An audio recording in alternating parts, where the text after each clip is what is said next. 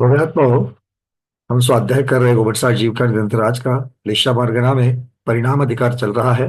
आगे बढ़ने से पहले कुछ प्रश्न मेरे पास आए हैं, उन प्रश्नों को हम चर्चा करेंगे। पहला प्रश्न संगीता पाटिल दीदी शिकागो अमेरिका से पूछ रहे, थोड़ा सा हटकर प्रश्न है ये।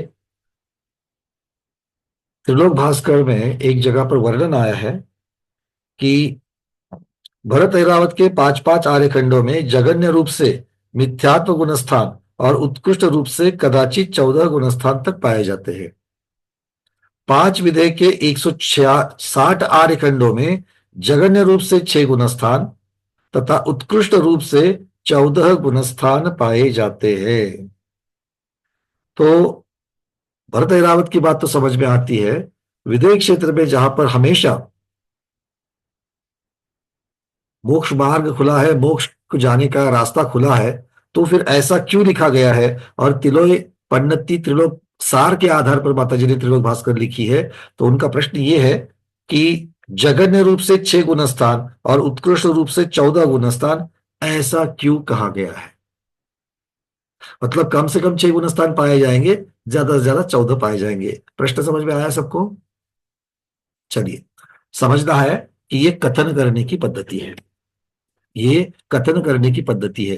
क्यों? क्योंकि 160 आर्यखंड की बात चल रही है और 160 आर्यखंडों में सदा सदा के लिए तीर्थंकर विराजमान होंगे या फिर सदा सदा केवली भगवान होंगे, ये नियम नहीं है।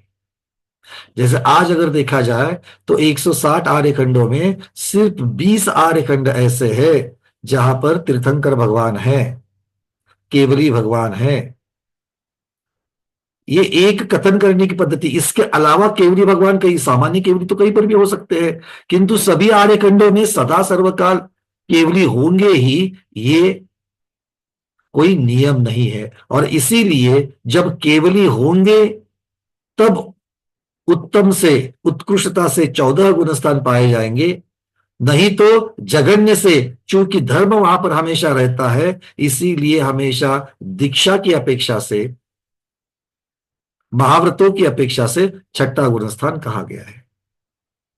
इसका अर्थ इस प्रकार से भी कर सकते हैं कि जघन्य से 7 गुणस्थान पाए जा सकते हैं, उत्कृष्ट से 14। ये वर्णन भी लागू हो सकता है, किंतु 6 गुणस्थान महाव्रत की अपेक्षा से, चूंकि महाव्रती ज्यादा से ज्यादा छठे गुणस्थान में पाए जाते हैं, सातवें छठे में झूलते रहते हैं, किंतु छठे में ज्यादा पाए जाते हैं, इस अपेक्षा से यहां पर वर्णन आया है और माता जी ने उसको वैसे ही रखा है। सबको समझ में आ गई बात?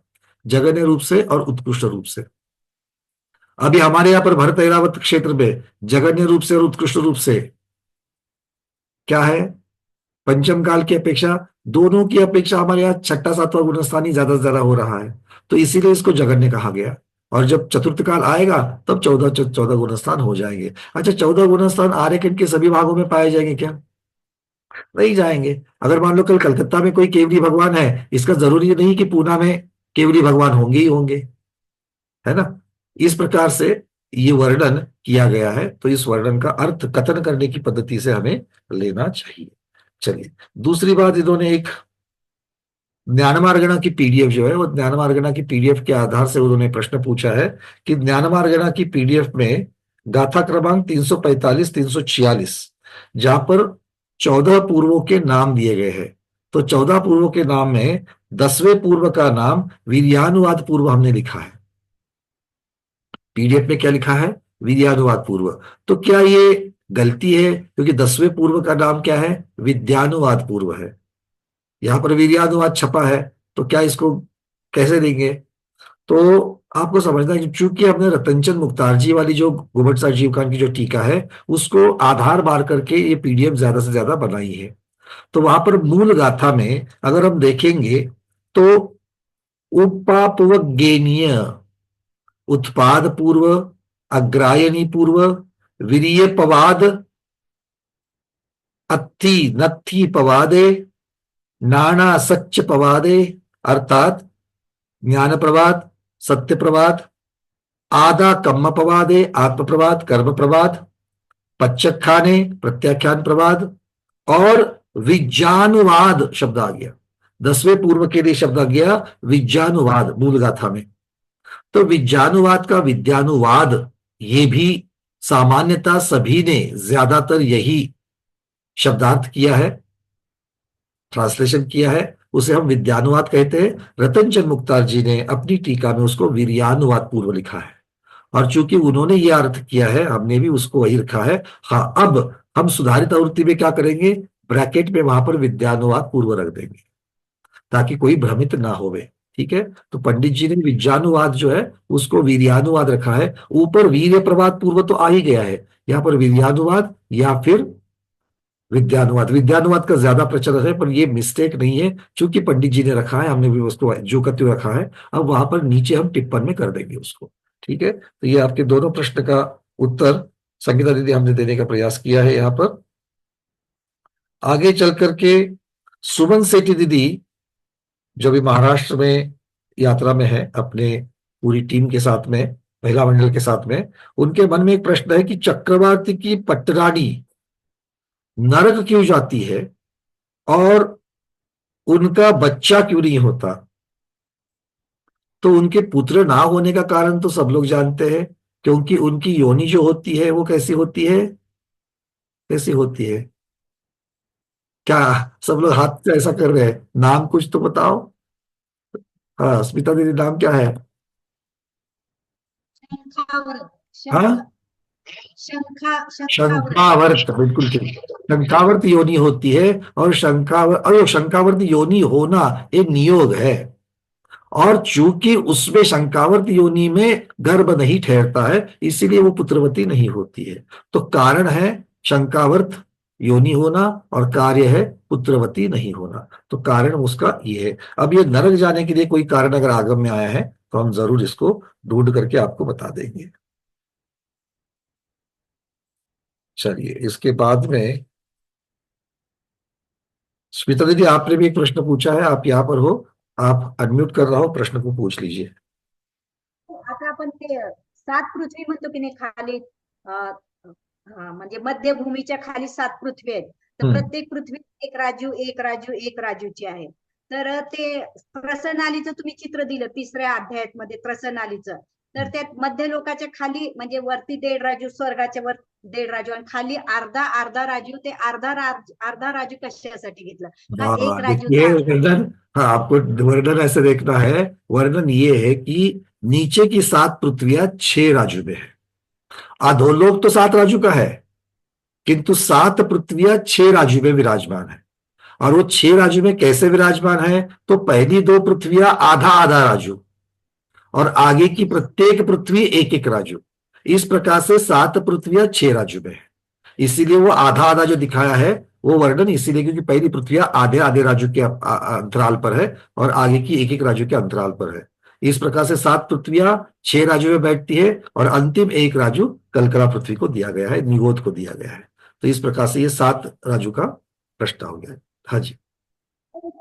पण आता मी तसं सांगितलं तर ते म्हणजे अर्धा राजू नाहीच आहे, एकच राजू असं, म्हणजे मला ते सारखं तसं सांगायला लागले, म्हणून मी म्हटलं असं कसं. ये म्हणून किसने बताया एक एक राजू।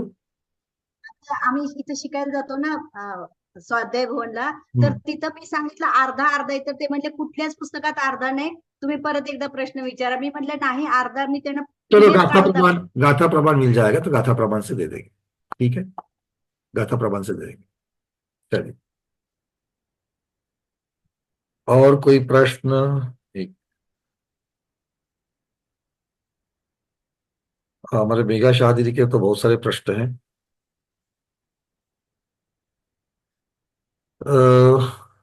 जुड़ चुके हैं क्या दीदी। कुछ प्रश्नों को मैं यहां पर ले लूंगा। मेघा शाह दीदी, बारामती से। चलिए, सामायिक में पृष्ठ क्रमांक 9 पर थोस्सामी स्तवन के तीसरे स्टैंजा में लिखा है, इस विद संस्तुत विद्युत रजोमल। तो उसमें विद्युत शब्द का अर्थ क्या होता है। विद्युत शब्द का अर्थ होता है धुआ, धोया हुआ। कैसे धोया हुआ, कि वी से विशेष रूप से धोया हुआ। किसको धोया हुआ, रजोमल को धोया हुआ। तो यहां पर मिथ्यात्व का जो मल है, अंधकार का, अज्ञान का जो मल है, उसको इस प्रकार से भगवान ने धोया है कि वापस मैल नहीं बैठेगा। अर्थात हम लोग जब वस्त्र धोते हैं, आज धोने के बाद में उसके ऊपर फिर से धूल मिट्टी जम जाती है और उसको धोने की जरूरत पड़ती है। तो हमारा धोना कैसा है? हमारा धोना, वस्त्र को साफ करना सामान्य है, किंतु भगवान ने अपने मल को कैसे धोया है? तो विधुत से, विधुत मतलब विशेषण लगा दिया, इस प्रकार से धोया है कि मैल वापस नहीं बोलेगा। तो निर्धूत कलिलात्मरे, ये जो रत्नाकर शावकाचार्य का जो मंगलाचरण के शब्द है, भगवान कैसे है? निर्धूत कलिलात्म। कलिल मतलब पाप, धब्बे, दोष, उसको भगवान ने इस प्रकार से धोया है कि वापस उन पर लगने वाले नहीं है। लगने वाले हैं कि सिद्ध भगवान, सिद्ध पर्याय में भगवान गए तो नहीं लगने वाले। तो यहां पर भी विद्युत शब्द का अर्थ तो वही लेना है। ठीक है, चलिए। तो आपने इस प्रकार से प्रश्न पूछे, मेरे ख्याल से यहाँ पर अभी आज उसका औचित्य नहीं बनता है, बट मैं इसका उत्तर आपको भेज दूंगा। 5 प्रश्न आपने किए हैं। चलिए, तो अब चलते हैं अपने स्वाध्याय की तरफ, लेशा मार्गणा की तरफ चलते हैं। तो लेशा मार्गणा में अब तक हम परिणाम अधिकार जो है उसको, परिणाम अधिकार को देख रहे हैं। कल हमने 500 नंबर की गाथा है, उसको 500 नंबर की गाथा को देख लिया था। आचार्य भगवान कह रहे हैं कि तीव्रतम, तीव्रतर और तीव्र कषाय रूप परिणाम अशुभ लेशा कहलाते हैं। मंद, मंदतर और मंदतम कषाय रूप परिणाम शुभ लेशा कहलाते हैं। और इन प्रत्येक में पत्ययम छट्टान गया हूं, अर्थात प्रत्येक में शतस्थान पतित हानि वृद्धि होती है। अब ये शतस्थान हानि वृद्धि होती है तो कहाँ होती है? एक के अंदर ही होती है, कहाँ कहाँ होती है? तो आचार्य भगवान कहते हैं कि 6 लेशाओं में से प्रत्येक भेद में सबसे पहले तो अशुभ स्थान से उत्कृष्ट से जघन्यतर। तो अशुभ स्थान का उत्कृष्ट कहां पर आएगा? अशुभ स्थान का उत्कृष्ट कहां होगा? कृष्ण लेशा में पाया जाएगा। और अशुभ लेशा का जघन्य स्थान कहां पर पाया जाएगा? मीनाक्षी दीदी? शुक्ल लेशा में नहीं, अशुभ लेशा कापोत तक ही पाया जाएगी। कापोत में। हाँ, तो कापोत के कहां पर? जघन्य कापोत पाया जाएगा, जघन्य कापोत, है ना, जघन्य कापोत कहेंगे। तो अशुभ लेशा का रेंज जो है वो कहां से होगा? उत्कृष्ट होगा उत्कृष्ट नील में, और जघन्य होगा जघन्य कापोत में। ये अशुभ लेशा का रेंज है। वैसे ही शुभ लेशा का रेंज कहां पर है? जघन्य से होगा कहां पर? जघन्य पीत में। जघन्य से होगा जघन्य पीत में, और उत्कृष्ट से होगा उत्कृष्ट शुक्ल में, ये होगा। तो आचार्य भगवान कहते हैं कि अशुभ की जो रेंज है उसमें भी शतस्थान हानि होती है। कृष्ण लेशा से कापोत लेशा के जघन्य तक जब चलेंगे तो शतस्थान हानि होते होते आएगी। जब पीत लेशा से शुक्ल लेशा तक जाएंगे तो किसमें वृद्धि होगी? विशेष विशुद्धि में वृद्धि होगी। वो वृद्धि कैसी होगी? वो शतस्थान वृद्धि होगी।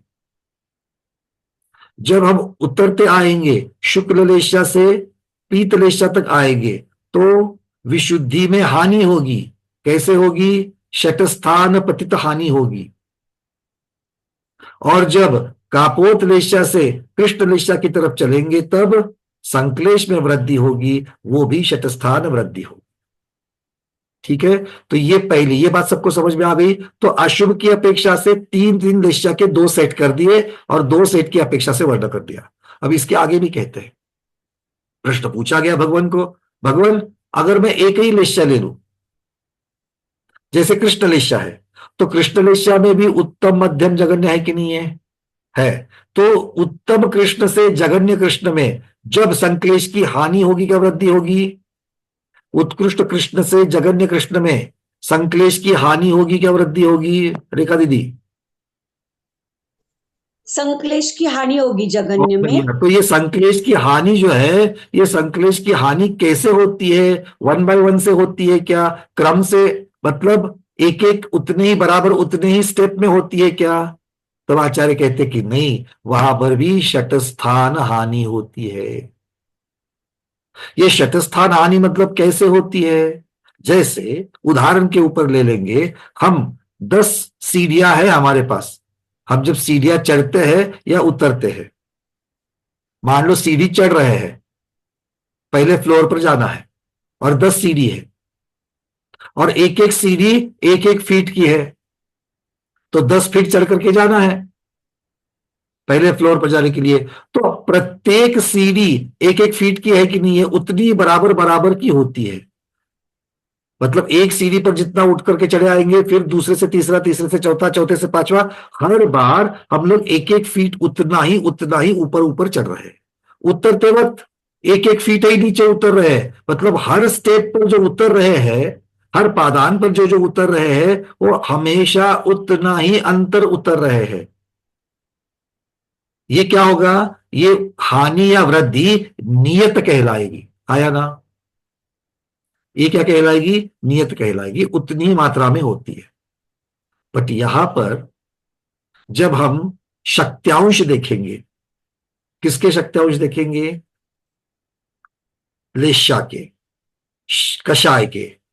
उत्कृष्ट कृष्ण से जघन्य कृष्ण तक जब नीचे आते हैं, तब आचार्य भगवान कह रहे हैं कि एक स्टेप से दूसरा स्टेप, दूसरे से तीसरा, तीसरे से 14, हमेशा उतना ही हानि, संक्लेश की जो हानि होनी है, वो हर शक्त्यांश में उतनी ही हानि बराबर से नहीं होती। समझ में आ रही है बात? मतलब एक सीढ़ी छोटी, उससे वाली सीढ़ी बड़ी, उससे वाली सीढ़ी बड़ी, उससे वाली बड़ी, उसके नीचे वाली बड़ी, और अंतिम वाली सबसे बड़ी। ऐसी सीढ़ियां हमारे पास देखने को मिलती है क्या? नहीं। पर लेश्या में इसी प्रकार से उतरते हैं, और चढ़ते कैसे? इसी प्रकार से चढ़ते हैं। आचार्य भगवान कह रहे हैं जब चढ़ रहे हैं ना, तो ऊपर जब चढ़ रहे, विशुद्धि जब बढ़ रही है, तो शुरुआत में थोड़ी सी विशुद्धि बढ़ती है, फिर उससे ज्यादा बढ़ती है, फिर उससे ज्यादा बढ़ती है, फिर उससे ज्यादा बढ़ती है, फिर उससे ज्यादा बढ़ती है। कितने आ गए? बोले 6 जगह पर आ गया, 6 सीढ़ियां चढ़ करके आ गए। समझ में आ रहा है? विजयलक्ष्मी क्लियर है? ये शतस्थान पतित हानि या वृद्धि समझेंगे। अब इसको समझने के लिए थोड़ा सा ज्ञान मार्गना में चलते हैं वापस, जो हमने रिवीजन की थी, थोड़ा सा एहसास आने के लिए, क्योंकि हम अनुभूति करना चाहते हैं कि लेश्या में, उत्कृष्ट से जघन्य में जब लेश्या बदलती है, तो परिणामों में कितना बदलाव होना चाहिए। एक जैसा लगातार बदलाव नहीं होता है। तो लेश्या में जो बदलाव होता है, एक ही लेश्या के अंतर्गत जब बदलाव होता है, तो वो धीरे, फिर ज्यादा, फिर उससे ज्यादा, फिर उससे ज्यादा, इस प्रकार से हानि होती है।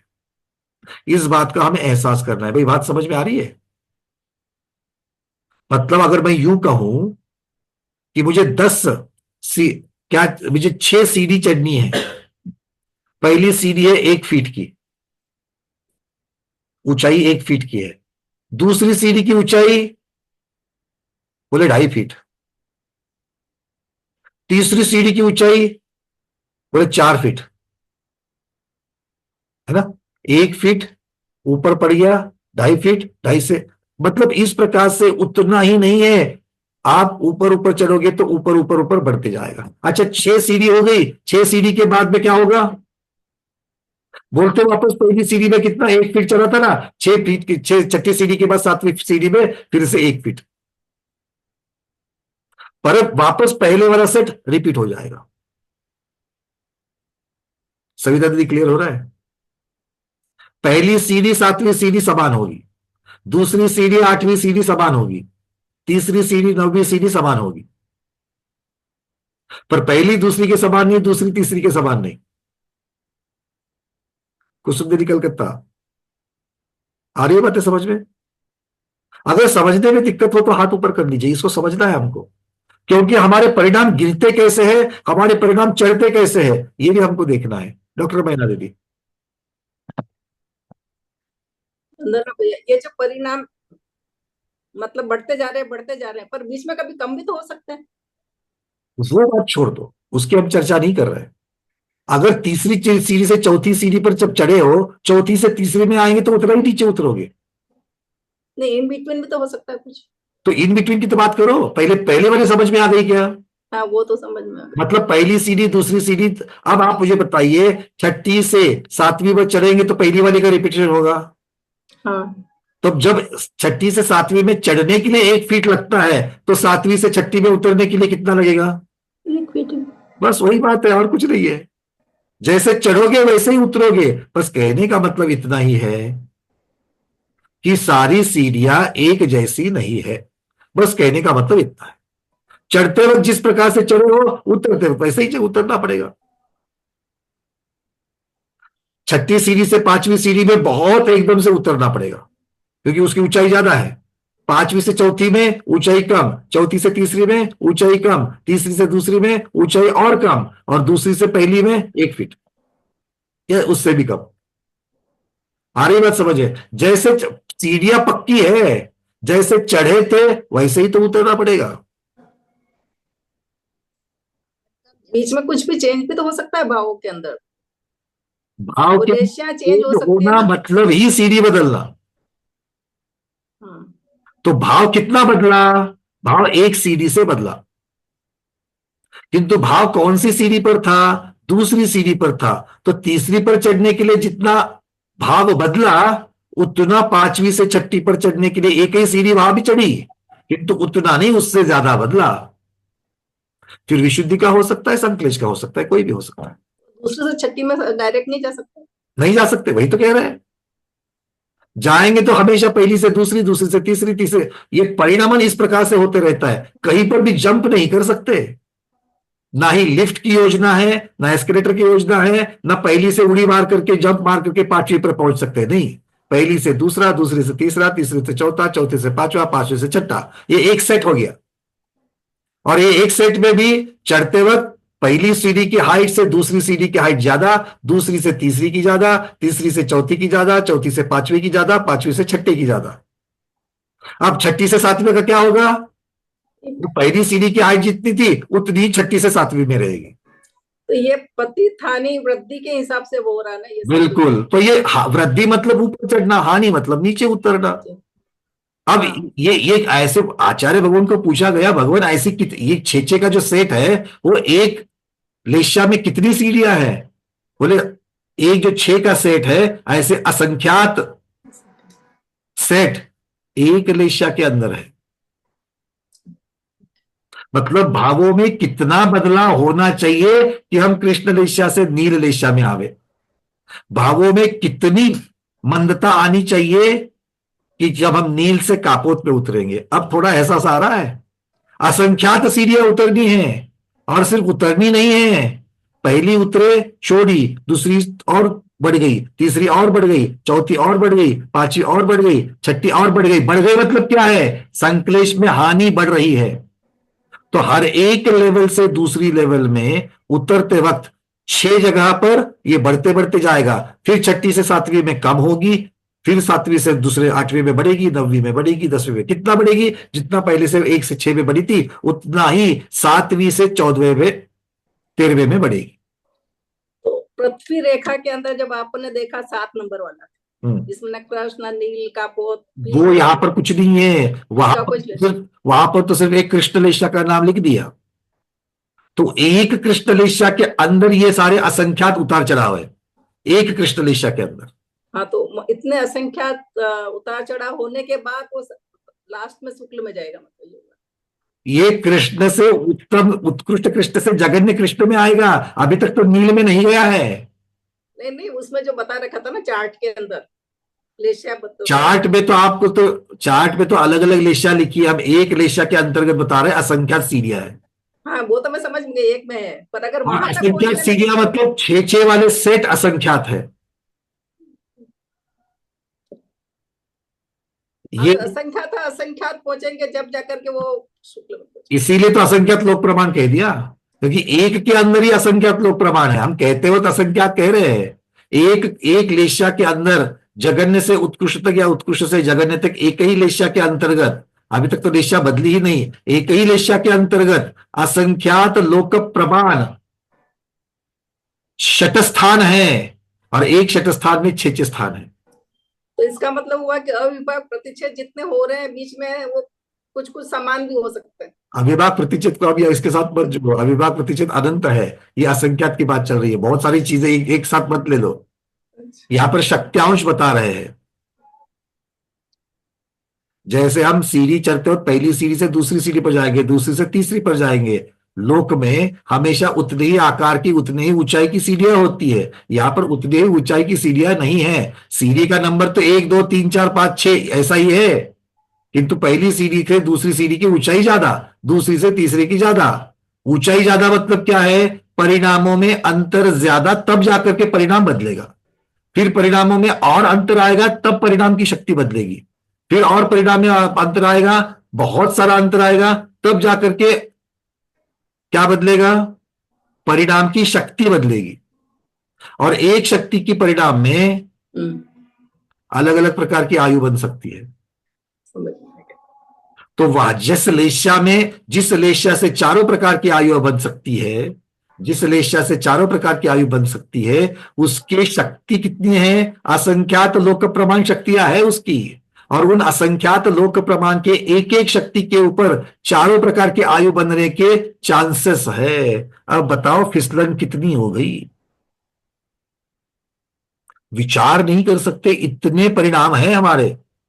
कषायों की शक्तियां है, विचार नहीं कर सकते, सोच भी नहीं सकते हम लोग।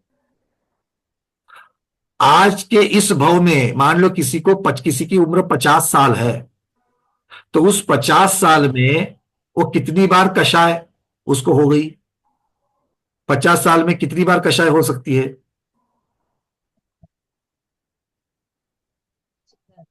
अनंतों बार। अनंतों बार हो सकती है, बिल्कुल सही कहा आपने, अनंतों बार हो सकती है। क्योंकि ऐसा एक भी समय नहीं है कि जब कषाय नहीं है। ज्यादा से ज्यादा क्या होगा? मंद होगी, मंदतर होगी, मंदतम होगी कषाय, है ना। छोटा बच्चा है, भूख लगी है, बिल्कुल छोटा बच्चा, मां का स्तनपान करने वाला बच्चा, भूख लगती है तो क्या करता है? जोर से चिल्लाता है, रोना चालू करता है। फिर मां को समझ में आता है कि बच्चे को भूख लगी है, तो जो रोना है वो क्या है? वो उसके कषाय की व्यक्तता है। और वो तीव्रता से अपने कषाय की व्यक्तता कर रहा है। और उसके बाद दूध पीने के बाद में शांत सो जाता है, तब उसकी कषाय क्या हो गई? मंदतम हो जाएगी। उस तृप्ति के आभास में वो मंदतम हो जाएगी, हाँ या ना। फिर से कब जगेगी? जब उसको भूख लगेगी तभी, तब तक तो आराम से खेल रहा है। वो तो बच्चा था करके ऐसा था। आप और हमारी जितने परिग्रह है ना, एक एक परिग्रह को देखते देखते देखते देखते एक एक समय में कैसे हमारी भाव परिणाम बदल सकते हैं, ये आचार्य भगवान कह रहे हैं। और एक भाव से दूसरा भाव जब बदलता है, हम उसको अपनी बुद्धि से पकड़ भी नहीं सकते कि बदलाव कैसे हो रहा है। क्लियर है? ये बातें समझ में आ रही है? तो इसका एहसास कराने के लिए ही आचार्य भगवंतों ने वो जो यंत्र दिया था, वो यंत्र। चलो कुछ प्रश्न यहां पर अभी भी है, उन प्रश्नों को लेते हैं और फिर आगे बढ़ते हैं। विजयलक्ष्मी दीदी। अब एक क्लेशर में असंख्यात षट स्थान रहते हैं, है ना। हाँ। तो मतलब अपनी भाव की विशुद्धि बढ़ती है, फिर कम होती है, फिर बढ़ती है, कम होती है, क्योंकि असंख्यात षट स्थान मतलब स्टार्टिंग को कम रहती है, फिर बढ़ती है, मैक्सिमम पर जाती है ना। बिल्कुल। अगर आप विशुद्धि की बात कर रहे हो, शुभलेशा की बात कर रहे हो, तो जघन्य से चढ़ते चढ़ते उत्कृष्ट की तरफ जाएगी। मान लो पद्मलेशा है, तो जघन्य पद्म से उत्कृष्ट पद्म हो रही है, वो ऊपर चढ़ रही है, नीचे हो रही है, ऊपर चढ़ रही है, नीचे हो रही है, बीच नीचे आ रही, बीच में से ऊपर चढ़ रही है, ऊपर नीचे ऊपर नीचे ऊपर नीचे। किंतु सबसे निचली वाली पादान और सबसे ऊपर वाली पादान, इसके बीच में असंख्यात लोक प्रमाण षट स्थान है, ये आचार्य कह रहे हैं। पर शक्ति तो सेम ही रहेगी ना। नहीं, फर्स्ट नहीं, शक्ति सेम कैसी रहेगी? एक पर शक्ति एक रहेगी। पहले समझो एक सेट लिया, षट स्थान का एक सेट लिया, सेट में तो जो नीचे का जो शक्ति रहती है वही नेक्स्ट षट स्थान के फर्स्ट लेवल पे वही रहती है ना।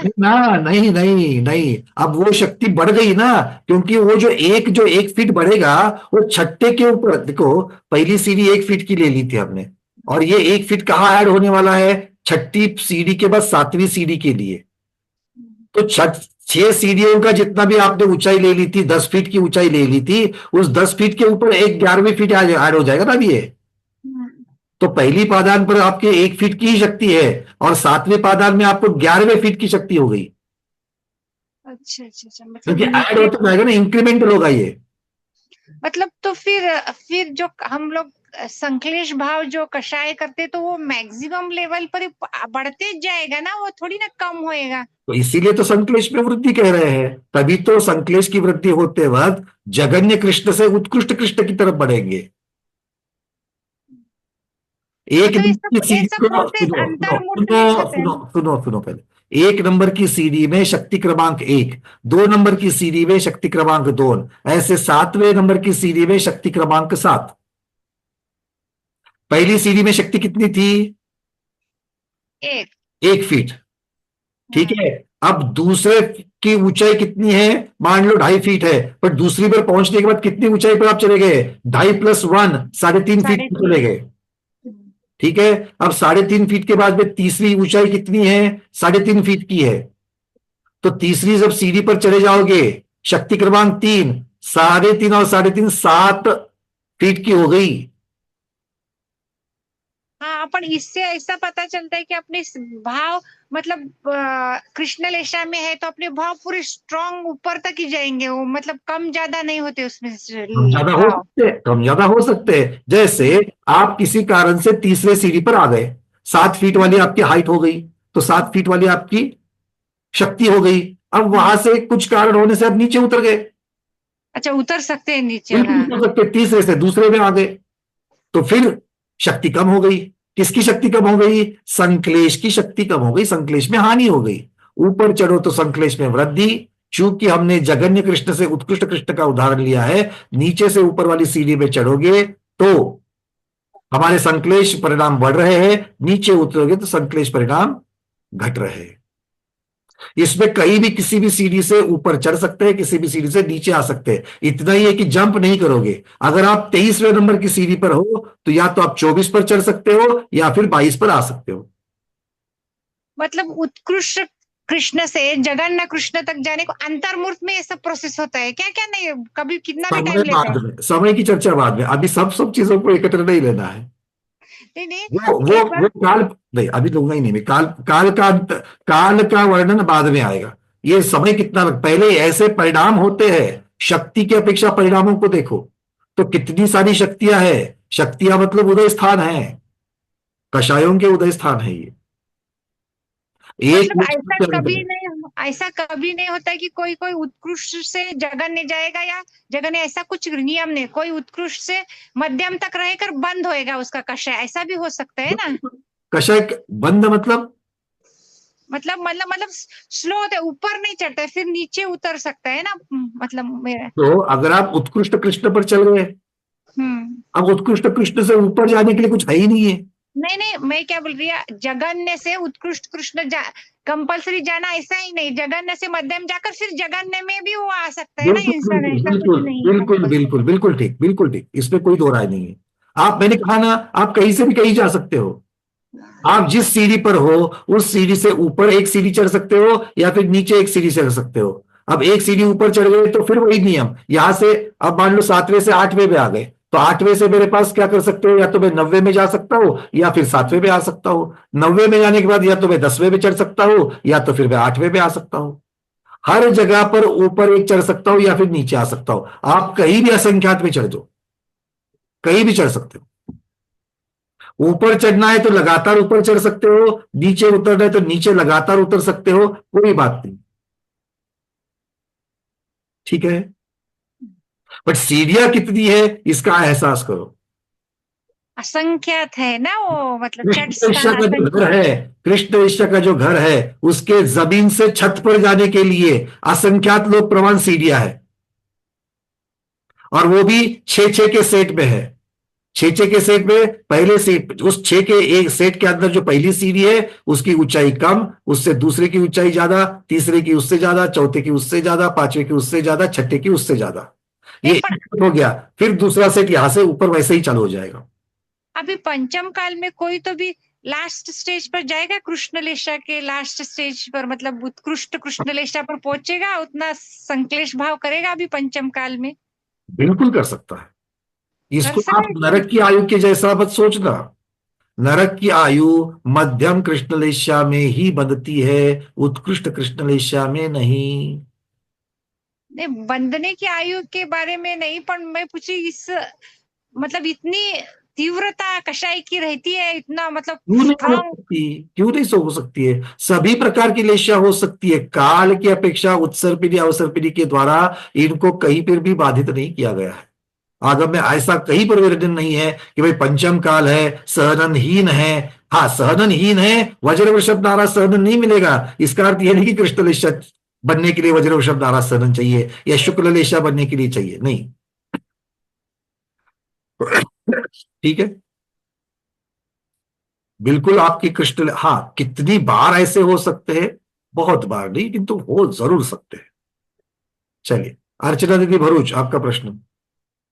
वंदना भैया जी, हाँ ये जी। जो 6 तो सेट बता रहे हैं भैया जी, ये षष्ठान वृद्धि और हानि वाले का ही मतलब बात चल रही है ना? अरे ऊपर से नीचे उतरो तो हानि, नीचे से ऊपर चढ़ो तो वृद्धि। नहीं, वो सही है, लेकिन फिर जैसे एक में आपने बोला 1 से 6, फिर 7वां 8वां 9वां 10वां, तो ये जो अपन ने पिछले बार में 14 कषाय के वो पढ़े थे नहीं लेशिया नहीं की नहीं तुलना नहीं, में। उसको उसको नहीं, उसको मिक्स मत करो।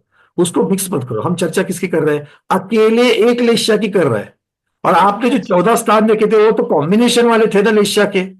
उसका यहाँ जी, क्या संबंध है? अच्छा आचार्य भगवान ने वहां क्या कहा था? एक कषाय के उदय स्थान में 6 प्रकार की लेशिया हो सकती है। जी, बराबर है? मतलब उस 14 स्थान में से एक स्थान ले लिया, उसमें 6 लेशिया हो सकती है, ऐसा उदाहरण उन्होंने दिया। अब वो 6 लेशिया में से एक लेशिया हम ले रहे हैं। एक लेशिया को लेकर के उसके अंतर्गत अच्छा, असंख्यात लोग प्रमाण हो सकती है, ये कह रहे हैं। मतलब उसके अंतर्गत ऐसे बहुत सारे षष्ठान हानि वृद्धि होते रहेंगे। बिल्कुल, एक लेशिया को लांग करके दूसरे लेशिया में जाने के लिए असंख्यात लोग का प्रमाण छठ स्थान को। अगर एक, आप कहां पर थे? उत्कृष्ट कृष्ण में थे। आपको उत्कृष्ट कृष्ण से उत्कृष्ट नील तक पहुंचना है, दूसरे लेशिया के उत्कृष्ट तक पहुंचना है, या दूसरे लेशिया में पहुंचना है, उत्कृष्ट से वहां तक पहुंचना है, तो आपको पहली लेशिया के, कृष्ण लेशिया के सभी परिणामों को प्राप्त पार करते हुए दूसरे में जाना पड़ेगा। मतलब जघन्य मध्यम और जघन्य को पार करते हुए फिर नील के उत्कृष्ट में जाना। बिल्कुल बिल्कुल बिल्कुल। उत्कृष्ट कृष्ण से नील में जाने के लिए आपको मध्यम कृष्ण, नील का जघन्य कृष्ण होकर के ही आपको नील में उतरना पड़ेगा। हाँ, मतलब आप जंप नहीं लगा सकते किसी नहीं भी लगा कारण से। ये एकांत नहीं है, बस इतनी सी बात समझना। एक इसके लिए अलग से विकल्प है, वो विकल्प हम बाद में बताएंगे आयु की अपेक्षा से। ठीक है, अभी तो आपको यही सोचना है कि ये क्रम से ही चलेंगे, ये जंप नहीं कर फिर सकते। 7वां मतलब वो नील का उत्कृष्ट माना जाएगा? नहीं, 7वें में भी आप कैसे? अरे असंख्यात लोग प्रमाण एक ही में है, तो 7वें में दूसरे में कैसे चले गए आप? अच्छा, मान मतलब लो मेरा ग्राउंड फ्लोर, बस यही कंफ्यूजन हो रहा है मुझे, 6 के बाद 7वां वो थोड़ा सा। आप कंफ्यूज हो जा रहे हो सब लोग। इतना सीधा गणित है। एक बात समझ लो, मेरे पास में 6 मंजिला बिल्डिंग है। जी, एक घर के ऊपर दूसरा, दूसरे के ऊपर तीसरा, ऐसे 6 मंजिला है, और हर एक मंजिल पर एक ही घर है। ठीक है, सबसे नीचे कौन सा घर है? मान लो कृष्ण कृष्ण का घर है। 2 नंबर पर नील का घर है। 3 नंबर पर कापोत का है, उसके ऊपर पीत का, उसके ऊपर पद्म का, उसके ऊपर शुक्ल का। जी, ठीक है, अब मैं नीचे से ऊपर चढ़ रहा हूं। सबसे नीचे पे मेरे पास कौन है? उत्कृष्ट कृष्ण, काला काला काला कलूटा उत्कृष्ट, सबसे डार्क। कहां पर है? पहले घर के जमीन पर है। जमीन पे। अच्छा, कृष्ण का घर कहां पर खत्म हो रहा है? कृष्ण की छत पर खत्म हो रहा है, और उसी को ऊपर लग करके नील की जमीन है, हा या ना? जी, तो आचार्य कह रहे हैं कि कृष्ण की छत, एक ही घर के अंदर पहला घर जो है कृष्ण का, उसके जमीन से लेकर के छत तक असंख्यात सीढ़ियां है। अच्छा, ठीक है, वो असंख्यात सीढ़ियां चढ़ करके ही आप नील में जाते हो जाओगे। फिर नील के अंदर, नील का जो घर है, मतलब नील की जमीन से लेकर नील का छत, उस घर में भी असंख्यात सीढ़ियां है। जी, उसको लांघने के पश्चात आप कापोत के घर में प्रवेश करोगे। फिर कापोत में उसके जमीन से लेकर छत तक असंख्यात सीढ़ियां है। ये उसको समझ में पार आएगा। करके फिर आप पीत में पहुंचोगे। पीत के जमीन से लेकर के छत तक असंख्यात सीढ़ियां है। वैसे ही उसके ऊपर पद्म में छत तक, जमीन से छत तक असंख्यात सीढ़ियां, शुक्ल में असंख्यात सीढ़ियां। जी भैया जी, तो ये 6 स्थान वाला फिर इसमें बताइए, इस आप बताइए। अब ये असंख्यात असंख्यात समझ में आ गई। अब इसमें से सबसे नीचे वाला कृष्ण का घर ले लो। अब ये कृष्ण की जो असंख्यात सीढ़ियां है, उन असंख्यात सीढ़ियों को 6 सीढ़ियों में बंटवा दो। जी, 6 सीढ़ियों का एक सेट करना है। सबसे पहली सीढ़ी क्रमांक 1 से सीढ़ी क्रमांक 6 पहला सेट, सीढ़ी क्रमांक 7 से लेकर के सीढ़ी क्रमांक 12 दूसरा सेट। जी, ठीक है। तो अब ये पहले से जो 6 नंबर की जो सेट है, वो उसमें हमें 6 सीढ़ियां दिख रही है पहले सेट में, किंतु वो सीढ़ियां सबकी ऊंचाई बराबर नहीं है। पहले सीढ़ी की ऊंचाई जितनी है उससे दूसरे सीढ़ी की ऊंचाई ज्यादा है, और वो जितनी ज्यादा है उससे भी ज्यादा तीसरी सीढ़ी की ऊंचाई में इंक्रीमेंट हो गया, बढ़ोतरी हो गई। उससे ज्यादा बढ़ोतरी चौथी सीढ़ी में हो गई, उससे ज्यादा बढ़ोतरी 5वीं में हो गई, उससे ज्यादा बढ़ोतरी 6ठी सीढ़ी में हो गई। पहुंच गए 6ठी सीढ़ी में। जी, मतलब पहले सेट में हमें सीढ़ियां तो 6 दिख रही है, किंतु हर एक की ऊंचाई अलग अलग है, अलग अलग है। मतलब पहले से दूसरे की ज्यादा, दूसरे की तीसरे की ज्यादा, और ये बढ़ोतरी है, वो बढ़ोतरी भी ज्यादा ज्यादा होते जा रही। अब 6ठे से 7वीं सीढ़ी पर जाना है, तो 6ठे से 7वीं सीढ़ी जो है उसकी ऊंचाई में कितनी बढ़ोतरी है? आचार्य कहते हैं कि पहली सीढ़ी में जितनी ऊंचाई थी उतनी ही ऊंचाई वहां पर है। लेकिन ऐसा क्यों भैया जी? ऐसा ये क्यों? ऐसा इसीलिए है, अनादि निधन ऐसी व्यवस्था है। जीव के परिणाम ऐसे ही बदलते हैं, ऐसे बदलते हैं, इसीलिए केवली भगवान ने बताया कि ऐसे बदलते हैं। और क्योंकि केवली भगवान ने बताया कि ऐसे बदलते हैं, हम भी ऐसे ही पढ़ रहे हैं। कारण नहीं है इसको कोई। राइट। क्लियर? क्योंकि जीव के परिणामों में बदलाव इसी प्रकार से होता है। जीव के परिणामों में बदलाव सब तरीके से नहीं होता है, एक जैसा नहीं होता है। मतलब असंख्यात जो है, एक सीढ़ी से दूसरी सीढ़ी, मतलब एक कृष्ण से नील जाने में जो असंख्यात लोग प्रमाण है, उसमें 6 से के भी असंख्यात सेट बन जाएंगे। 6 के सेट ही असंख्यात लोक प्रमाण है। अच्छा, क्लियर? जी अभी क्लियर। चलिए, ये हमने ज्ञान मार्गना में पढ़ा था। अर्चना दीदी हो गया। अरविंद जी चलिए।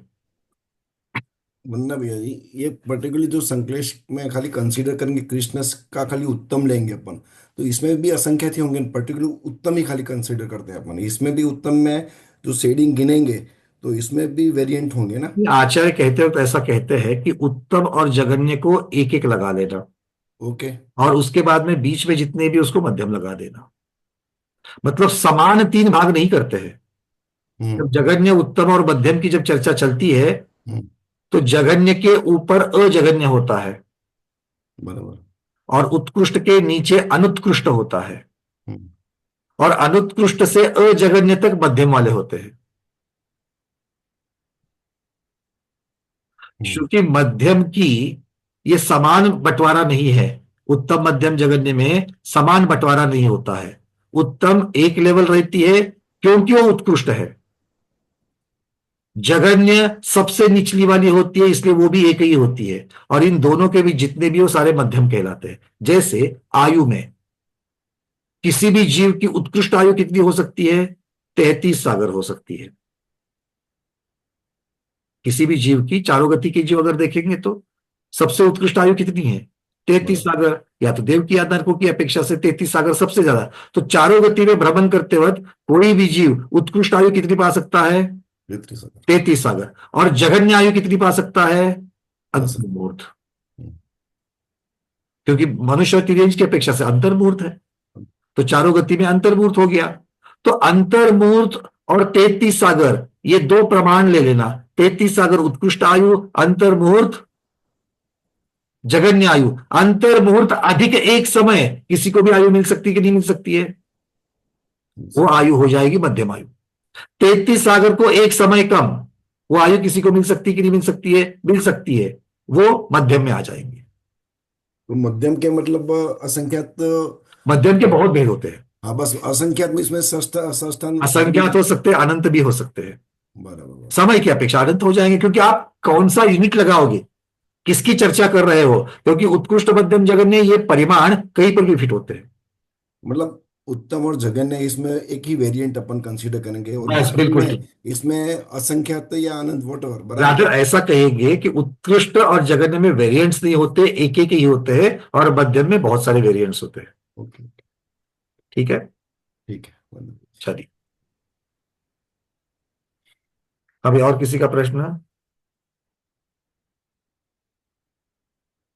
तो फिर कषाय ज्ञान मार्गणा का जो यंत्र था 81 कोठों का, वो देखना है क्या? ये इस क्या इस इससे, क्योंकि क्या है कि मैं ज्यादा भ्रमित नहीं करना चाहता। अगर आपको ये 6 मंजिलें समझ में आ गई है, इन 6 मंजिलों को एक के ऊपर एक लगा लो, या फिर एक के बाजू में एक रख लो तो भी चलेगा।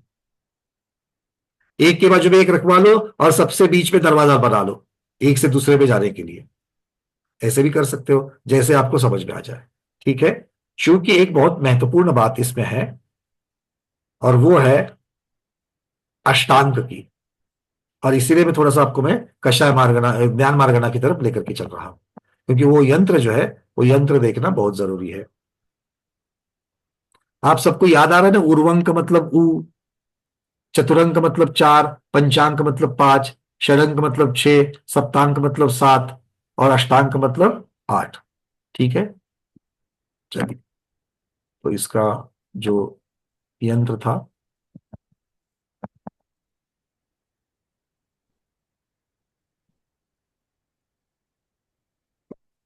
क्योंकि आप लोग जितना अभी तक समझे हो, ये अंतिम नहीं है।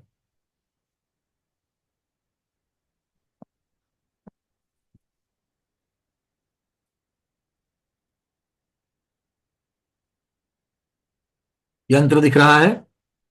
कोई भी स्क्रीन को नहीं छुएगा। यंत्र दिख रहा है? चलो देखो, जब हमने कहा पहली सीढ़ी, दूसरी सीढ़ी, तीसरी सीढ़ी, चौथी सीढ़ी, पांचवी सीढ़ी, छठी सीढ़ी, ये शतस्थान जो आपको बताए गए थे, उन शतस्थान को समझने के लिए ये हमें 81 कोष्टकों का यंत्र समझना जरूरी है, जो कि हमने ज्ञान मार्गणा में पढ़ा था।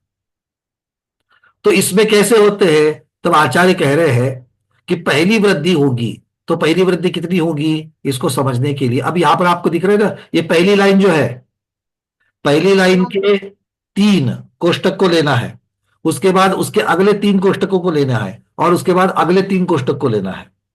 ठीक है, जाएंगे तो इसी प्रकार से वृद्धि होंगी।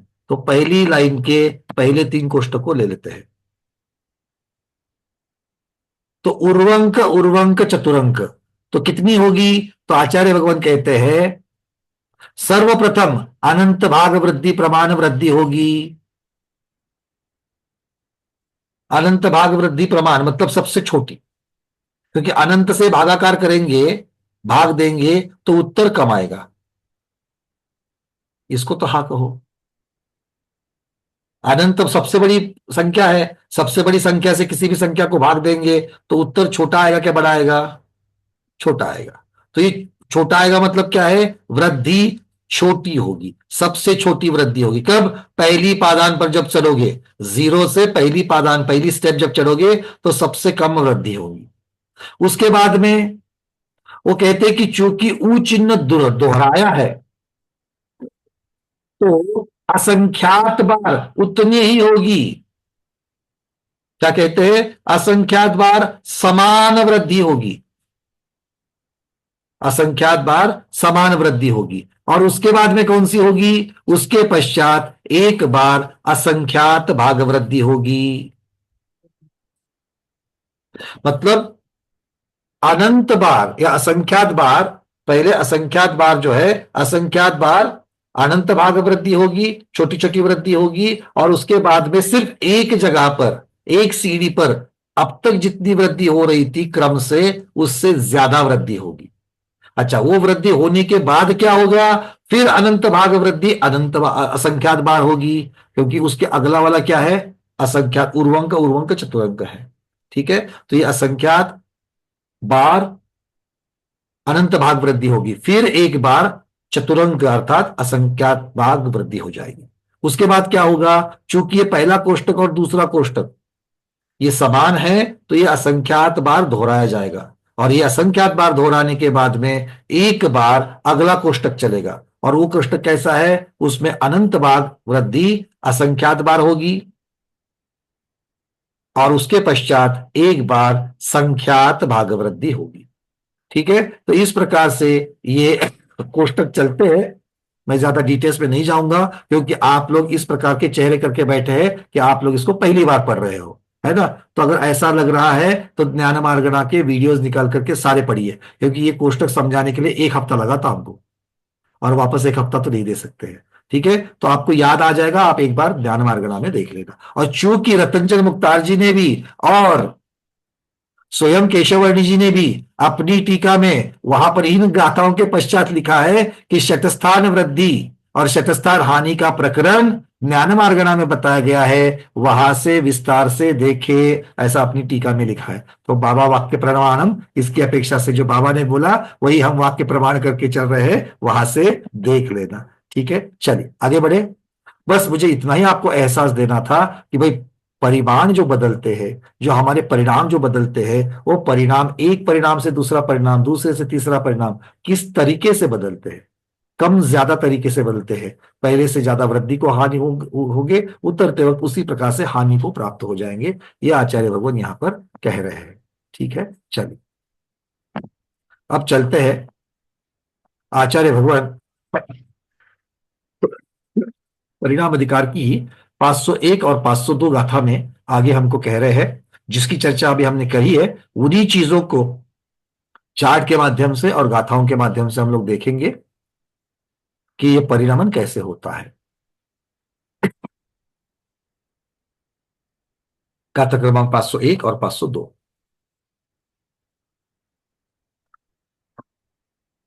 दिख रही है गाथा है? चलिए।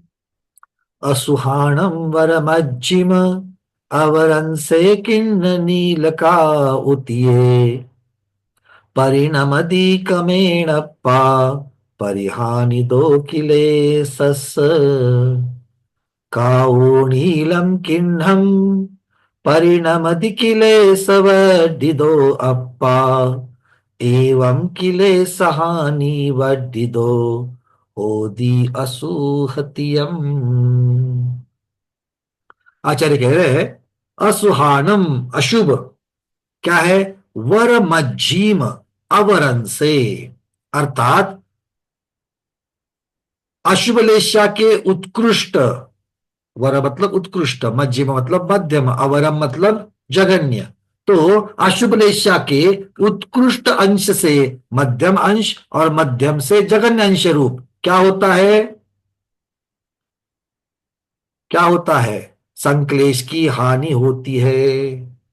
परिहानि दो किले सस, पहली गाथा के अंत में लिखा है, क्या लिखा है? परिहानि दो किले सस। किले सस मतलब क्लेश, संक्लेश। किले सस क्लेश, संक्लेश। ठीक है, तो संक्लेश में क्या होती है? परिहानि, हानि होती है। कहां से? अशुभ में हानि होती है परिणामों की। कहां से कहां तक? उत्कृष्ट अंश से जघन्य अंश की तरफ जाते वक्त संक्लेश में हानि होती है। किसमें? अशुभ में। ठीक है, और कैसे होती है? किन्ह नील काउतिये, कृष्ण से नील, नील से कापोत। समझने में कोई दुविधा है? कृष्ण नील कापोत अशुभ है कि नहीं है? अशुभ है। इनमें सबसे उत्कृष्ट कौन है? कृष्ण नील कापोत में अशुभता की अपेक्षा कृष्ण सबसे उत्कृष्ट है, और सबसे जघन्य कौन है? कापोत है। तो आचार्य कह रहे हैं कि उत्तम से जघन्य की तरफ, कृष्ण से कापोत की तरफ क्या होता है? परिहानि दो किले सस, संक्लेश की हानि होती है। हो रही कि नहीं हो रही है? नीचे चार्ट पे देखो। अशुभ परिणाम कृष्ण लेशा, नील लेशा, कापोत लेशा, उसके उत्तम मध्यम जघन्य हर एक के। तो नीचे जो बाण दिखाया गया है तो आप देखोगे अगर हम लेफ्ट से राइट को जाएंगे कृष्ण से कापोत की तरफ तो संक्लेश परिणाम की हानि, और उल्टा आएंगे तो संक्लेश परिणाम की वृद्धि। संक्लेश परिणाम की वृद्धि में जो बाण है वो डार्क है और हानि की तरफ लाइटर लाइटर होते गया है। दिखाई दिया? तो पीडीएफ का चार्ट देखने मात्र से समझना चाहिए कि संक्लेश ज्यादा कहाँ है और संक्लेश कहाँ कम है। ठीक है, बात समझ में आ गई? अरे गर्दन हिलाओ भाई। चलो, इतना ही यहां पर कह रहे हैं। आगे क्या कह रहे हैं 502 नंबर की गाथा में देखते हैं। अब 502 में किसके बारे में कहेंगे? वो कह रहे हैं काउनीलम किन्नम परिणमदि किलेश वडिदो अप्पा एवं किलेश हानि वडिदो होदि असुहतियम। तो काऊ नीलम किन्नम परिणमदि किलेश वडिदो अप्पा। काऊ अर्थात कापोत, कापोत से नील और नील से किन्नम कृष्ण, इस तरीके से परिणमदि किलेश वड्डिदो संक्लेश में वृद्धि होती है। ठीक है, और एवं किलेश हानि वड्डिदो होदि असुहतियम, मतलब ऊपर से लेफ्ट से राइट और राइट से लेफ्ट चलते वक्त वो कह रहे हैं, क्या कह रहे हैं कि अशुभ परिणामों में संक्लेश की हानि और संक्लेश की वृद्धि होती है। क्लियर है ये? ज्यादा इसमें कुछ भी नहीं है, किंतु होती कैसी है? शतस्थान हानि और शतस्थान वृद्धि होती है। ठीक है, शतस्थान मतलब या तो असंख्यात प्रमाण, एक एक घर में सीढ़ियों को देखो, छे छे के सीढ़ी के सेट को देखो। अगर ये नहीं समझ में आ रहा है तो 81 कोष्टकों का यंत्र देखो, जो भी आपको इजी लगे उसको देख लेना। ठीक है, चलिए गाथा अगली है, गाथा क्रमांक 503। अब आचार्य भगवान शुभ लेशाओं के बारे में कहेंगे। जो अशुभ के बारे में कहा था वही शुभ के बारे में है। कहते हैं तेऊ पौ में सुक्के सुहाणमवरादि असंगे अप्पा शुद्धिस्य वड्ढी दो हानि दो अन्नहा होदी। विशुद्ध परिणामों में उत्तरोत्तर वृद्धि होने पर आत्मा कहां से कहा जाता है? पीत पद्म और शुक्ल, इन तीन शुभ लेश्याओं के जघन्य से मध्यम, मध्यम से उत्कृष्ट अंशों में परिणमन करता है। क्या करने से? विशुद्धि में वृद्धि होने से पीत से शुक्ल की तरफ जाएगा, और विशुद्धि में हानि करने से शुक्ल से पीत की तरफ आएगा। ठीक है, और ये कैसी होगी? ये भी शतस्थान हानि और शतस्थान वृद्धि होगी। नीचे देख लेना चार्ट में, शुभ परिणाम पीत पद्म शुक्ल, सबसे पहले जघन्य से शुरुआत करते हुए उत्तम शुक्ल की तरफ जब जाएंगे तब विशुद्ध परिणामों की हानि कम होगी, मतलब विशुद्ध परिणाम की वृद्धि पीत से लेकर शुक्ल की तरफ वृद्धि होगी, शुक्ल से लेकर पीत की तरफ अगर हम बांध देखेंगे तो विशुद्ध परिणामों की हानि होगी। हमें कहाँ रहना है? इसके पहले वाले पन्ने पर रहना है कि इस पन्ने पर रहना है? इस पन्ने पर रहना है। और इस पन्ने में भी कहाँ रहना है? प्रयास होना चाहिए शुक्ल में रहने का, और नहीं तो कम से कम पद्म में रहने का।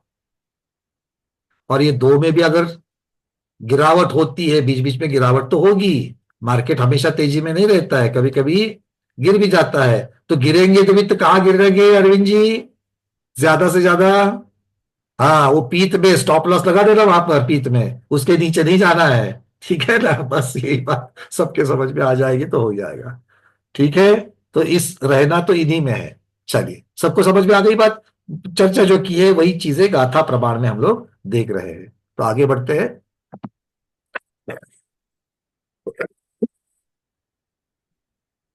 अब परिणाम अधिकार की अंतिम गाथा जो है वो यहां पर हमने देख ली, गाथा क्रमांक 503।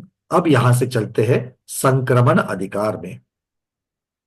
गाथा क्रमांक 504 जो है वो संक्रमण अधिकार की है।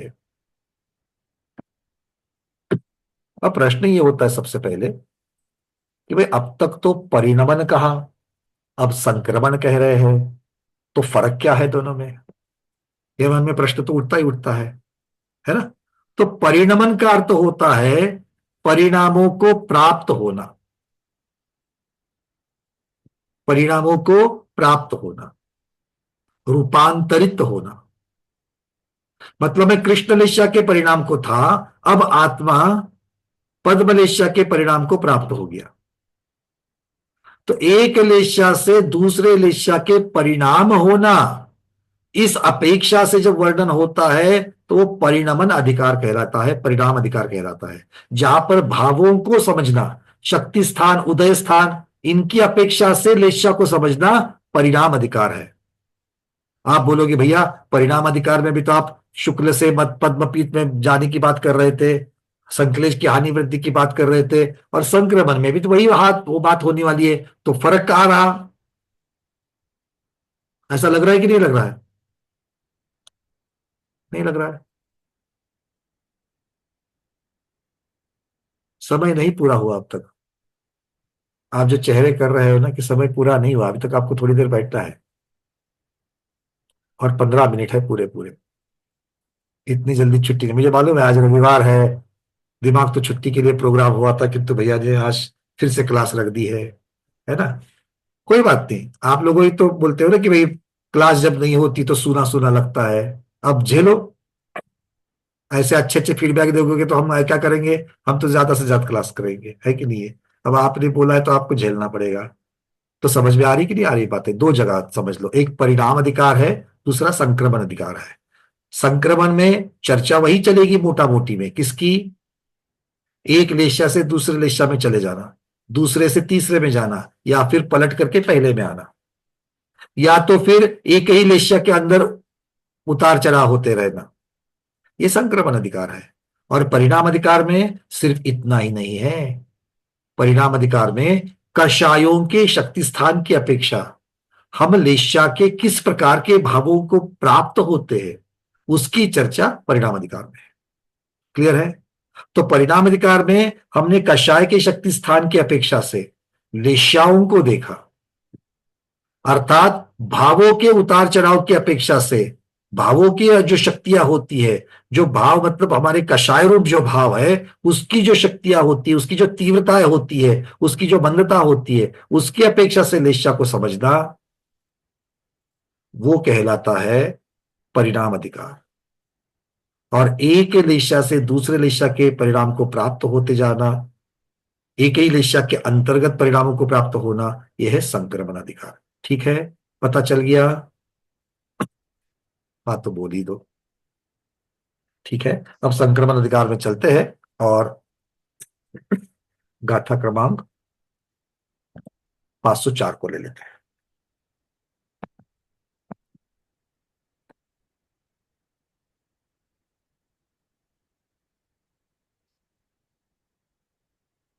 चलिए आचार्य भगवान क्या कह रहे हैं देखिए।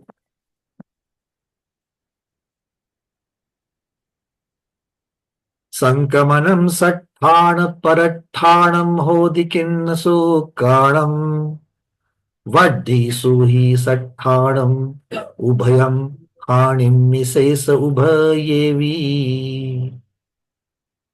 क्या कह रहे हैं? संक्रमणम सट्ठाणम परट्ठाणम। संक्रमण दो प्रकार का है, स्वस्थान और परस्थान, सट्ठान परट्ठान। और ओदि किन्न सुक्काणम, अर्थात कृष्णलेशा और शुक्ललेशा में वृद्धि होने पर, कृष्णलेशा में और शुक्ललेशा में वृद्धि होने पर क्या कह रहे हैं? किन्न सुक्कानम वड्ढीसु ही सट्ठानम। कृष्णलेशा और शुक्ललेशा में जब वृद्धि होती है तो सिर्फ और सिर्फ स्वस्थान संक्रमण ही होता है। ऐसा क्यों कहा, ये हम आगे देखेंगे। शब्द का अर्थ तो ले लेते हैं। तो कृष्णलेशा और शुक्ललेशा में वृद्धि होने पर स्वस्थान संक्रमण होता है, और उभयम हानिमि शेष उभयेवी। किंतु हानि होने पर दोनों, उभयम मतलब स्वस्थान और परस्थान दोनों संभव है। किसमें? कृष्ण और शुक्ल की बात चल रही है।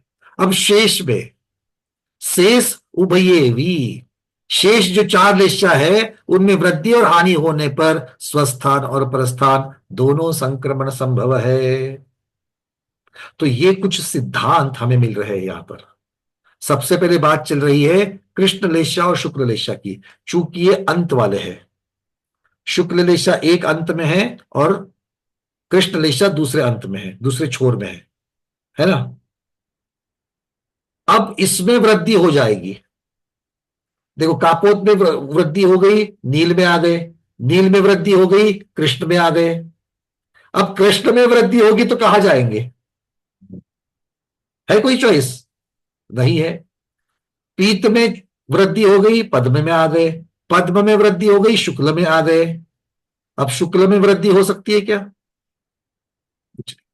इसलिए आचार्य भगवान कहते हैं कि कृष्ण लेशा और शुक्ल लेशा में वृद्धि होने पर सिर्फ स्वस्थान संक्रमण होता है। मतलब जघन्य शुक्ल से अगर वृद्धि हो जाएगी तो सिर्फ शुक्ल, उत्कृष्ट शुक्ल तक जाकर के रुक जाएंगे, उसके आगे परस्थान, दूसरे स्थान, दूसरी लेशा में जाने के लिए कोई रास्ता नहीं। समझे या नहीं समझे?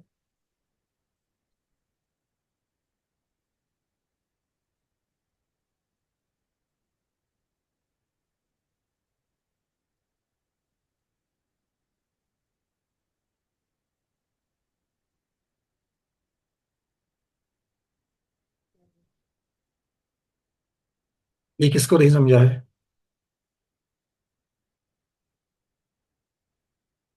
इसको नहीं समझा है? सबको समझा है? अब वो कह रहे हैं किंतु हानि होने पर, अब कृष्ण में हानि होगी तो क्या होगा? उत्कृष्ट कृष्ण से जगन्य कृष्ण में भी आ सकते हैं, हानि हो जाएगी तो, हाँ मतलब स्वस्थान हो जाएगा। और हानि होगी तो नील में भी चले जाएंगे। ऐसे ही शुक्ल में अगर हानि हो जाएगी तो उत्कृष्ट शुक्ल से जगन्य शुक्ल की तरफ आएंगे, और जगन्य शुक्ल से और भी हानि हो जाए तो पद्म में भी आने जाएंगे। मतलब कृष्ण और शुक्ल लेशा में हानि होने पर या तो स्वस्थान में रह सकते हैं या तो परस्थान में भी जा सकते हैं। परस्थान मतलब दूसरे के घर में घुस जाना, है ना, हमारे जैसा। आपके नहीं बोला मैं, हमारे जैसे बोला। दूसरे के घर में ताका झाकी करते कि नहीं करते हैं? खुद के घर में झांकना स्वस्थान, दूसरे के घर में जाकर के झांकना परस्थान। ठीक है, और यहां पर सिर्फ झांकने की बात नहीं चल रही, सीधा वहां जाने की बात हो रही है। ठीक है ना, ये बात समझ में आती है? पहली गाथा सिंपल है। तो कृष्ण लेशा और शुक्ल लेशा में वृद्धि होने पर स्वस्थान होता है, मतलब जगन्य से उत्कृष्ट नहीं जाएंगे, और हानि होने पर स्वस्थान परस्थान दोनों होता है। अब शेष 4 जो है, शेष 4 कौन सी बच गई? नील, कापोत, पीत, पद्म। इन चारों में वृद्धि होगी तो स्वस्थान में होगी, जगन्य नील से उत्कृष्ट नील तक वृद्धि हो रही है संक्लेश में, और संक्लेश बढ़ गया कृष्ण में चले जाएंगे। मतलब वृद्धि हो गई तो स्वस्थान भी है, परस्थान भी है, और हानि हो जाएगी तो उत्कृष्ट नील से जगन्य नील की तरफ हानि हो जाएगी तो स्वस्थान में है, और ज्यादा हानि होगी तो कापोत में चले जाएंगे, मतलब परस्थान में भी जा सकते हैं। अर्थात शेष 4 लेशा में वृद्धि होवे या हानि होवे तो स्वस्थान भी संक्रमण हो सकता है या फिर परस्थान संक्रमण भी हो सकता है। आ गई बात समझ में? कृष्ण और शुक्ल अलग रूल, 4 को अलग रूल। चलिए बहुत बढ़िया। अब आचार्य भगवान यहां पर कह रहे हैं कि स्वस्थान संक्रमण किसे कहते हैं, परस्थान संक्रमण किसे कहते हैं। तो लेशाओं में संक्लेश या विशुद्ध परिणामों की हानि वृद्धि होने में उनसे संक्रमण होता है, बदलाव होता है। तो स्वस्थान संक्रमण किसे कहा? देखो व्याख्या कितनी बड़ी सुंदर करी है। किसी लेशा के परिणाम तीव्र या मंद होने पर भी अंतिम परिणाम उसी लेशारूप रहते हैं। कितना भी बदलाव हो जाए दिशा बदलेगी नहीं, वो कहलाता है स्वस्थान संक्रमण। कृष्ण लेशा में है, कितना भी उतार चढ़ाव हो जाए, किंतु लेशा बदली नहीं, इतने परिणाम नहीं बदले कि लेशा बदल जाएगी, तो वो संक्रमण क्या कहलाएगा? स्वस्थान संक्रमण कहलाएगा। और जब दूसरी लेशा रूप हो जाएंगे तब परस्थान संक्रमण कहलाएंगे। ठीक है, इसको चार्ट रूप में हमने यहां पर रखा हुआ है, अगली चार्ट पे देख लेना। अब तक की जो बातें थी उसको चार्ट रूप में रखा है, आप इसको देख सकते हो। क्लियर है? स्वस्थान और परस्थान। देखो कृष्ण में अगर हम देखेंगे, कृष्ण से नील में आ रहे हैं, उत्तम कृष्ण से उत्तम नील में आ रहा है, नीचे वाला ये पहला जो है, तो ये परस्थान हुआ कि नहीं हुआ? हाँ। और यहां पर स्वस्थान लिखा है, क्यों? क्योंकि उत्तम से जगन्य कापोत में हुए, कापोत के अंदर ही संक्रमण हुआ, तो ये स्वस्थान कहा। यहां पर सुभद्रा दीदी आप ये बताओ परस्थान क्यों है? अनम्यूट कर रहा हूं। अगला वाला परस्थान क्यों कहा? वंदना भैया जी, लेशा बदल के नीचे की ओर जा रहे हैं, मतलब जगन्य की ओर जा पीत बदल करके पद्म में चली गई, पद्म बदल करके पीत में चली गई, इसलिए हाँ, परस्थान हो गया। बहुत बढ़िया। इसलिए और ये परस्थान। स्वस्थान क्यों कहा है? अंत वाला स्वस्थान क्यों कहा है? वो नीचे से ऊपर की ओर आ रहा है। नीचे से ऊपर क्यों आ रहा है? पर यहाँ पर तो बांध तो दोनों साइड में दिखा है, हाँ, बांध तो दोनों साइड में दिखाया है। नहीं, वो नीचे से वापिस जैसे जगन्य में होती है तो मध्यम और फिर उत्तम में जाएगी। मतलब यहाँ पर आपका उत्तर ये आना चाहिए कि कितना भी बदलाव हो जाए वो शुक्ल रेशा के अंदर ही रह रहा है, शुक्ल रेशा को बदल करके दूसरी रेशा में नहीं जा रहा है, इसीलिए उसको स्वस्थान कहा। अच्छा, जब परिणाम करके एक लेशा से दूसरे लेशा में जाएंगे तब परस्थान कहेंगे, अगर कितना भी बदलेंगे तो उसी लेशा के अंदर रहते हैं तो स्वस्थान हाँ, कहेंगे, खुद का स्थान स्वस्थान। दूसरे का स्थान। ठीक है, मेरा जी, चलिए बहुत बढ़िया, सबको समझ में आ गई बात? हाँ, तो आज हम यहीं पर रुकेंगे, बहुत सारी गाथाओं का प्रेशर आप पर नहीं डालेंगे, है ना? वैसे भी आपको पहले ज्ञान मार्गना के पूर्वंक वगैरह देखना है, क्या और पढ़नी है? आगे आगे की दो गाथाएं सरल सरल गाथाएं है, नहीं कल रख देते, चलो सारा का सारा आज नहीं करेंगे। ठीक है, तो हमने आज सिर्फ संक्रमण अधिकार को सिर्फ शुरुआत कर ली है, और परिणाम अधिकार का जो है वो पूर्ण हो चुका है। आज के स्वाध्याय में इतना ही। आज के स्वाध्याय को गुरुओं के श्री चरणों में बारंबार नमोस्त वंदा में इच्छाकार करते हुए यहीं पर समापन करते हैं। जैनम जयतु शासनम, जैनम जयतु शासनम, जैनम जयतु शासनम।